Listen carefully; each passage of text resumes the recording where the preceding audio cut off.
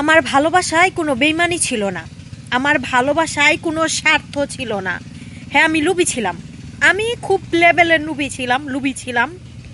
কারণ আমি তোমাকে পাওয়ার লুপ করতাম, তোমাকে পাওয়ার আমার অনেক লুপ ছিল, তোমাকে ভালোবাসার আমার অনেক লুপ ছিল, তোমার সাথে থাকার আমার অনেক লুপ ছিল, তোমার সাথে একটা সংসার করার আমার অনেক লুপ ছিল।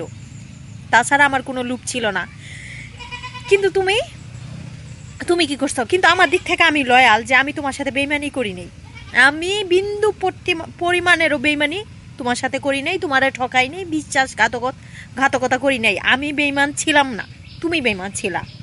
তুমি আমারে ঠকাইছো, তুমি আমার সাথে বিশ্বাসঘাতকতা করছো, তুমি আমারে ঠকাইছো, তুমি আমার সাথে বেইমানি করছো।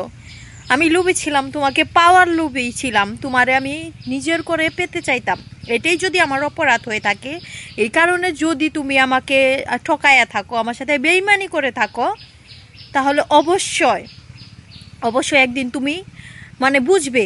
আসলে আমি তোমাকে বুঝাইতেই পারি নাই ভাই, আমি তোমারে বুঝাইতেই পারলাম না যে আমি তোমারে কতটা ভালোবাসছিলাম, কতটা চাইছিলাম। আমি তোমারে বুঝাইতেই পারলাম না এই জিনিসটা। তবে যা করছো ভালো করছো। একটা কথা মনে রাখো, যে উপর একজন আছে, ইনি কিন্তু সব জানে, সব দেখে, আমার হোক বা তোমার হোক বা অন্যের হোক, সে কিন্তু সঠিক সময় সঠিকভাবে সবার বিচারটা করে। এটা তুমি ভুলে যাও না। উপরওয়ালাকে তুমি অস্বীকার করো না, আর তুমি তো কোরআনকেই অস্বীকার করো, তুমি আল্লাহর কালামকেই স্বীকার করো না।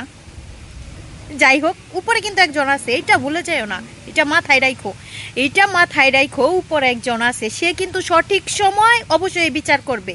এই যে তুমি আমারে ঠকাইছো, চরম লেভেলের ঠকাইছো, চরম লেভেলের ঠকাইছো, এর বিচার অবশ্যই উপরওয়ালা করবে। একদিন একদিন একদিন একদিন এর বিচার অবশ্যই করবে।